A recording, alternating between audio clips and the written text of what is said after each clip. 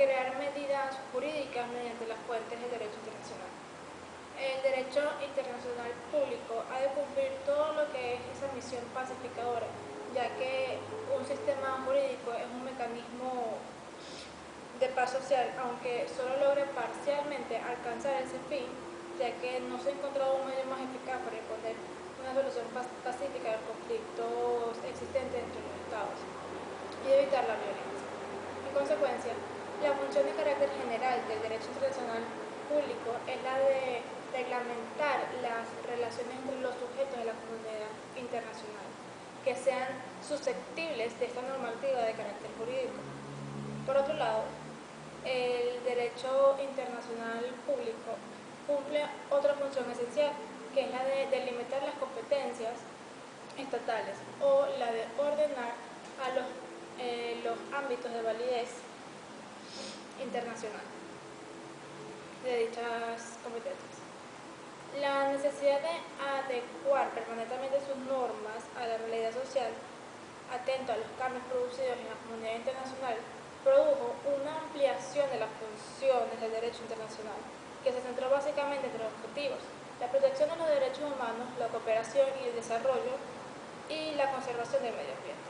Dentro de las funciones que cumple el derecho internacional público, a medida que se perfecciona técnicamente, se amplía y se profundiza su campo de actuación, con el fin de brindar una protección eficaz a los sujetos de ordenamiento jurídico internacional, no solo los estados que contribuyen a los principales sujetos de derecho internacional, sino también los hombres individuales considerados.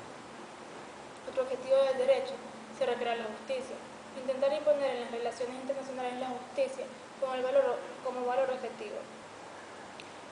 En cuanto a las fuentes del derecho internacional público, dentro de las mismas encontramos dos tipos: la fuente principal, o aquella que por sí misma tiene la actitud de producir una norma jurídica del derecho internacional público, y las fuentes auxiliares o heterónomas, que son aquellas que carecen de por sí mismas la actitud para crear o producir una norma jurídica del derecho internacional público. Las fuentes del derecho las podemos encontrar establecidas en el artículo 38 del Estatuto de la Corte Interamericana de Justicia. Entre ellas están las convenciones internacionales, sean generales o particulares, que establezcan reglas expresamente reconocidas por los estados litigantes. La costumbre internacional como prueba de que una práctica es generalmente aceptada como siendo de derecho. Los principios generales del CIP, reconocidos por las naciones civilizadas, las decisiones judiciales, las doctrinas de las publicistas de mayor competencia de las distintas naciones, como medio auxiliar para determinar las reglas de derecho. Los tratados internacionales son altamente utilizados en lo que es el derecho internacional público. Son aquellos acuerdos entre dos o más sujetos de derecho internacional que generan derechos y obligaciones regidos por el derecho internacional. Las características de los tratados internacionales son que es un acuerdo de voluntades entre dos o más sujetos de derecho internacional, producen efectos jurídicos, se rigen por el derecho internacional público y deben celebrarse por escritos. Si no es así, ello no afecta su validez, pero sí su certeza. Pueden clasificarse desde diferentes puntos de vista. Con respecto al número de integrantes, pueden ser bilaterales, que ligan a dos sujetos de derecho internacional, o multilaterales, que es entre dos o más sujetos. Con respecto a las formas de consentimiento para obligarse de debida forma, que son aquellas en las que la voluntad de obligarse se expresa por acto del jefe de Estado, y de forma simplificada, que son aquellos en los que obliga al Estado un funcionario de categoría inferior al jefe de Estado mediante la sola firma.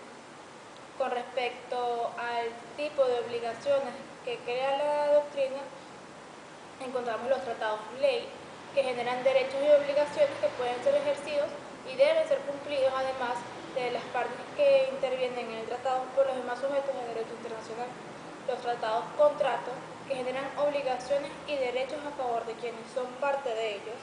Tratados regulatorios, los que determinan las relaciones de dos o más estados. Y los tratados de asociación, por los que dos o más estados convienen en forma a una sociedad para la consecución de un fin común. Con respecto al criterio de su participación, encontramos los tratados abiertos, que prevé la participación contratante de aquellos estados que no participaron en la negociación, y los tratados cerrados, que exclusivamente la participación de los negociadores. También tenemos dos tipos de tratados: los tratados políticos, que pueden referirse a la mutua defensa en un ataque exterior o las garantías de respeto de un determinado estatus, etc. Y los tratados comerciales, que, pues como lo dice el nombre, regulan cuestiones económicas. Los tratados o pactos relativos a derechos humanos suscritos y ratificados tienen jerarquía constitucional y prevalecen en el orden interno en la medida en que sean más favorables a la norma constitucional y a las leyes, y son de aplicación inmediata y directa por los tribunales y demás órganos del poder popular. Esto está establecido en la Constitución de la República Bolivariana de Venezuela. El proceso de formación de tratados en Venezuela pasa primero por la negociación de las partes para poder fijar lo que es el texto definitivo del tratado, el cual necesita de la firma del presidente de la República, a pesar de que esta firma no ejerce ningún compromiso internacional. Después pasa a la Asamblea Nacional para que ésta sea aprobada. En conformidad con el artículo 153 de la Constitución, se da paso a la promulgación y, por último, la ratificación del tratado. Es bastante importante recatar que la ratificación de un tratado no debe confundirse con la promulgación del mismo, pues constituyen distintos actos que producen efectos diferentes. Es por tanto que la ratificación obliga internacionalmente al Estado que la expresa, mientras que la que promulga no le imprime la fuerza vinculante en el ámbito internacional a la ley. O sea, solamente tendrá vigencia en el ámbito interno. Muchas gracias. Hasta luego.